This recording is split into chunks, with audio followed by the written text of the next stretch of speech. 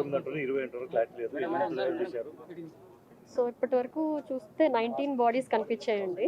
So 19 bodies కూడా మనం ఇక్కడ డిఎన్ఏ శాంపిల్స్ కోసం అన్ని ఇంక్వెస్ట్ కంప్లీట్ చేసి అలాగే డిఎన్ఏ శాంపిల్స్ కోసం మనం కలెక్ట్ చేసుకొని బాడీస్ అన్నీ కూడా జీజీహెచ్కి షిఫ్ట్ చేశాము. సో రిలేటివ్స్ వస్తే అక్కడికి జీజీహెచ్కి రమ్మని చెప్తున్నాము. అక్కడ మళ్ళీ కంట్రోల్ రూమ్ పెట్టాము, ఇక్కడ ఎలా పెట్టాము అక్కడ కూడా మళ్ళీ కంట్రోల్ రూమ్ పెట్టాము. అలాగే కలెక్టరేట్లో కూడా కంట్రోల్ రూమ్ పెట్టడం జరిగింది. సో డిఎన్ఏ శాంపిల్స్ వాళ్ళ దగ్గర కూడా తీసుకున్న తర్వాత అది మ్యాచ్ చేసి ఆ బాడీస్ని వాళ్ళకి ఇస్తామండి. ఇది డిఎన్ఏ శాంపిల్స్ తీసుకొని విజయవాడ ఎఫ్ఎస్ఎల్ ల్యాబ్ పంపిస్తాము. ఇది ఒక 2 days పట్టే అవకాశం ఉంది.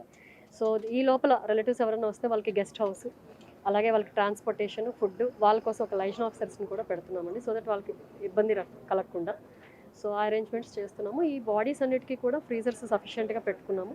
సో అక్కడ స్టోర్ చేస్తాము జీజీహెచ్లో. బాడీస్ ఇస్తామండి, శాంపిల్స్ మ్యాచ్ అయిన వాళ్ళకి మళ్ళీ బాడీ ఇస్తాం. ఎస్.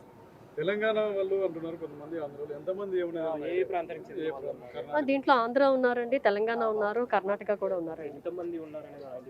అది ఇప్పుడు మేము కావేరీ ట్రావెల్స్ లిస్ట్ ప్రకారం బతికి ఉన్నటువంటి వాళ్ళు తప్పించుకున్నటువంటి వాళ్ళు దానికి ఈ దీంట్లో చనిపోయిన మ్యాచ్ కాకుండా అంటున్నారు. లేదండి, ఇప్పుడు 27 మంది మనకి లైవ్ ఉన్నారు, మ్యాచ్ అయ్యారు. అండ్ 19 మంది 27 లైవ్ ఉన్నారు, save they are saved.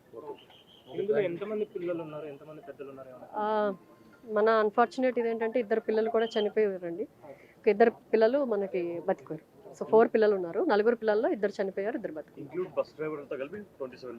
Yes yes అండి, అన్నిటికీ కూడా మ్యాచ్ చేసిన తర్వాత శాంపిల్స్ మనం బాడీస్ని ఆ రిలేటివ్స్కి హ్యాండ్ ఓవర్ చేస్తాం.